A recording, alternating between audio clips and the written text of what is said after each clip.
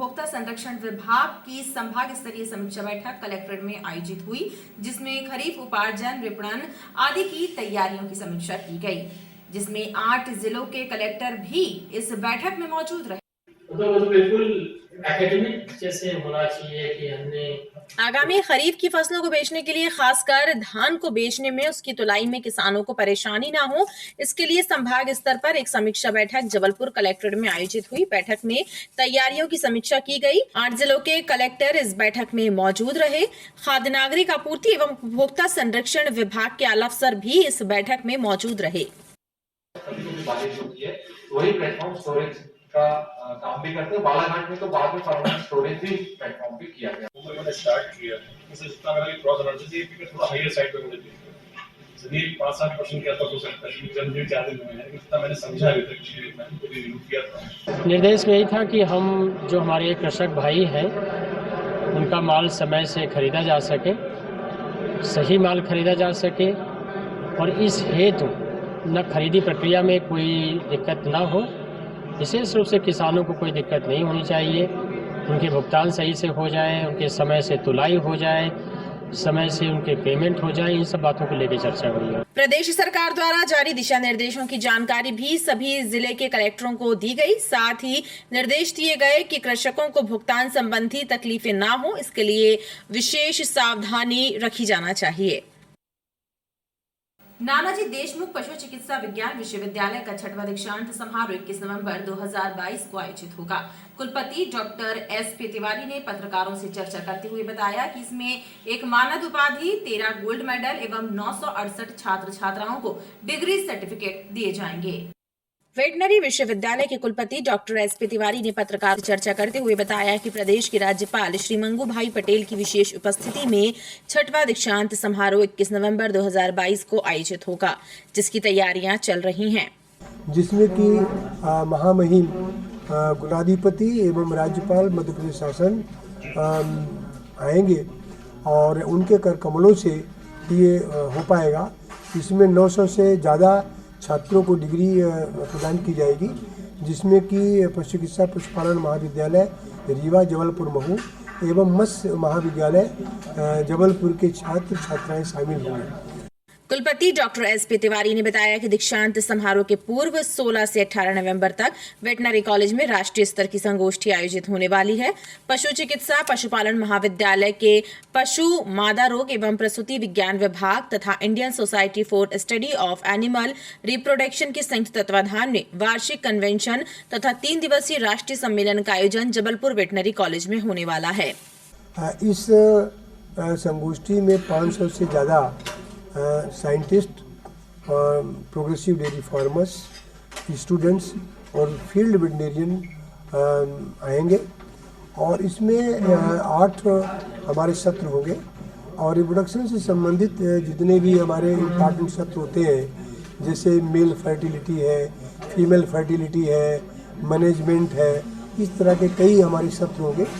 कुलपति doctor SP. Tiwari ने बताया कि दीक्षांत समारोह में नानाजी देशमुख की प्रतिमा का अनावरण भी किया जाएगा।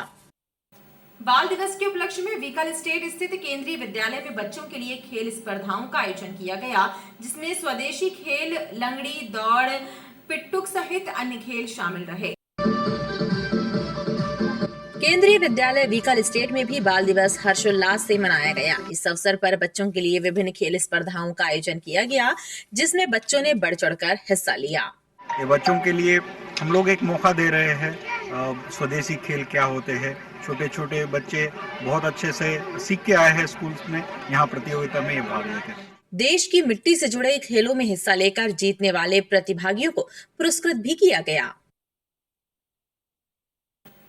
रेलवे स्टेशनों और ट्रेनों में अवैध वेंडरों की घुसपैठ और अमानक स्तर का भोजन यात्रियों को परोसे जाने के मामले में दायर याचिका पर हुई सुनवाई के दौरान हाईकोर्ट ने रेल प्रशासन सहित अन्य को नोटिस जारी किया है और 4 सप्ताह में जवाब मांगा है।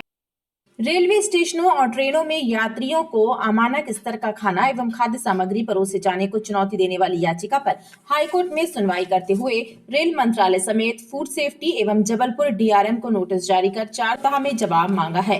दरअसल ये पूरा मामला नागरिक उपभोक्ता मार्गदर्शक मंच की जनहित याचिका से जुड़ा हुआ है, जिसमें आरोप लगाया गया है कि रेलवे द्वारा वर्षों से यात्रियों को अमानक भोजन परोसा जा रहा है और अवैध वेंडरों से उनकी साठगांठ भी है। और खास बात यह है कि पूरे जबलपुर जोन में सिर्फ एक ही फूड सेफ्टी ऑफिसर नियुक्त है। ये याचिका में मुख्य रूप से आधार लिया गया था कि रेलवे स्टेशन में जो वेंडरों के द्वारा अवैधानिक रूप से रेलवे स्टेशन में प्रवेश किया जाता है और बगैर किसी लाइसेंस के स्टेशनों में और चलती ट्रेनों में खाना बेचा जा रहा है। वो जो खाना बेचा जाता है उसका कोई स्टैंडर्ड नहीं होता। फूड सेफ्टी स्टैंडर्ड एक्ट में प्रावधान दिए गए हैं कि किस स्टैंडर्ड का खाना कंज्यूमर को उपलब्ध कराया जाएगा, उसका पालन नहीं किया जाता है। शिकायत करता रहे लगातार रेलवे विभाग के सभी नीचे से लेकर ऊपर तक के अधिकारियों को शिकायत की, उसका कोई पालन नहीं हुआ। यहाँ तक कि जबलपुर जोन में मात्र एक निरीक्षक कार्यरत है इतने बड़े जोन में, तो कैसे संभव है कि ये लगातार इसकी मॉनिटरिंग की जाए। तो इसी को लेकर याचिका दायर की गई थी। इस मामले में अगली सुनवाई 4 सप्ताह के बाद नियत की गई है। पदोन्नति सहित अन्य मांगों को पूरा करने संबंधी चर्चा करने के लिए शासकीय प्राध्यापक संघ के सदस्यों ने उच्च शिक्षा मंत्री मोहन यादव से मुलाकात की और उन्हें एक मांग पत्र सौंपकर इस मामले में ठोस कदम उठाने पर जोर दिया। शासकीय प्राध्यापक संघ के सदस्यों ने प्रदेश के उच्च शिक्षा मंत्री को एक मांग पत्र सौंपा है और अपनी लंबित मांगों से अवगत कराते हुए उनको पूरा किए जाने पर जोर दिया है। प्राध्यापक संघ के पदाधिकारियों का कहना है कि उच्च शिक्षा मंत्री ने उन्हें भरोसा दिलाया है कि मुख्यमंत्री से चर्चा करके जल्द ही कोई नतीजा निकालेंगे। मॉड्यूल LMS मॉड्यूल की भी चर्चा की, जिसमें हमारा जबलपुर इस समय अग्रणी स्थान पर है और इसमें मंत्री जी से कहा गया कि हम लोगों को इसके लिए हमारे मेंटर्स और अन्य लोगों को पुरस्कृत किया गया राज्य स्तर पर। इसके लिए उन्होंने अपनी सहमति। आर्मी पब्लिक स्कूल में अग्निवीर योजना के तहत आयोजित लिखित परीक्षा में 4 परीक्षार्थी ब्लूटूथ डिवाइस के साथ पकड़े गए हैं, जिन्हें सैन्य अधिकारियों ने गोरा बाजार पुलिस के हवाले कर दिया है। पकड़े गए परीक्षार्थियों में 2 जबलपुर के और 1 नरसिंहपुर एवं 1 सतना का रहने वाला है। आर्मी पब्लिक स्कूल में चल रही अग्निवीर भर्ती परीक्षा में उस वक्त हड़कंप मच गया जब 4 परीक्षार्थी ब्लूटूथ डिवाइस के साथ पकड़े गए। सैन्य अधिकारियों ने चारों को गोरा बाजार पुलिस के हवाले कर दिया। पुलिस के अनुसार पकड़े गए परीक्षार्थी नरसिंहपुर निवासी लव कुश त्यागी, बड़ा पत्थर रांची का रहने वाला श्यामवीर सिंह, मिलौनीगंज निवासी राजेश प्रजापति और शेरगंज के भुवनेश से पूछताछ की गई है और चारों के पास से ब्लूटूथ डिवाइस ही बरामद हुआ है। कर्नल श्री रोहित चतुर्वेदी साहब ने बताया कि 4 लड़के जो हैं अभ्यर्थी अपने पास परीक्षा के दौरान ब्लूटूथ डिवाइस लिए हुए थे। उन चारों लड़कों को फिर अपने हैंडओवर किए थे। उनके नाम हैं लव कुश त्यागी, श्यामवीर सिंह, राजेश प्रजापति और भुवनेश कुमार, जिनके विरुद्ध प्रकरण कायम कर विवेचना में लिया।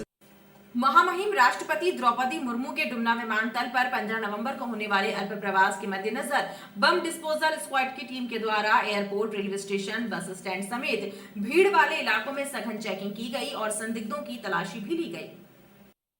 15 नवंबर को देश की राष्ट्रपति महामहिम द्रौपदी मुर्मू बिरसा मुंडा की जयंती पर आयोजित कार्यक्रम में शामिल होने के लिए शहडोल पहुंच रही हैं।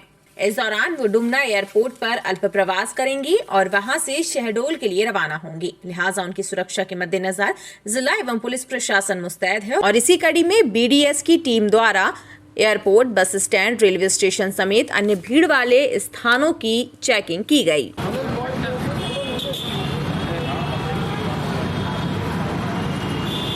महामहिम राष्ट्रपति महोदया के आगमन के उपलक्ष्य में श्रीमान पुलिस अधीक्षक महोदय के आदेश अनुसार शहर के मुख्य भीड़भाड़ वाले स्थानों में चेकिंग लगाई गई है, जिसके लिए हम लोग सुबह से आज शाम तक चेकिंग जारी है। अभी समदड़िया मॉल, रेलवे स्टेशन, इसके बाद ग्वारी घाट, बस स्टैंड, ये हमारी आगामी चेकिंग स्थल है। इस दौरान होटलों एवं धर्मशालाओं की भी जांच कर संदिग्धों से पूछताछ की गई। उत्तर पूर्वी सर्द हवाओं की आमद के साथ ही न्यूनतम तापमान में भी कमी होने लगी है। सोमवार को न्यूनतम तापमान सामान्य से 5 डिग्री सेल्सियस कम 10.2 डिग्री सेल्सियस रहा, जिससे रात के वक्त तेज ठंड का एहसास होने लगा है। रात के वक्त तेज ठंड का एहसास होने लगा है। उत्तरी सर्द हवाएं अपनी मौजूदगी दर्ज करा रही हैं। मौसमविदों का कहना है कि तापमान में हो रही गिरावट के कारण सर्दी बढ़ने की संभावना बनी हुई है। 24 घंटे का न्यूनतम तापमान 10.2 डिग्री सेल्सियस रिकॉर्ड हुआ है। वहीं अधिकतम तापमान 29 डिग्री सेल्सियस दर्ज किया गया है। मौसम विभाग के द्वारा फिलहाल मौसम शुष्क रहने की संभावना व्यक्त की जा रही है। और खबरों का सिलसिला लगातार जारी रहेगा। आप देखते रहिए BTV न्यूज।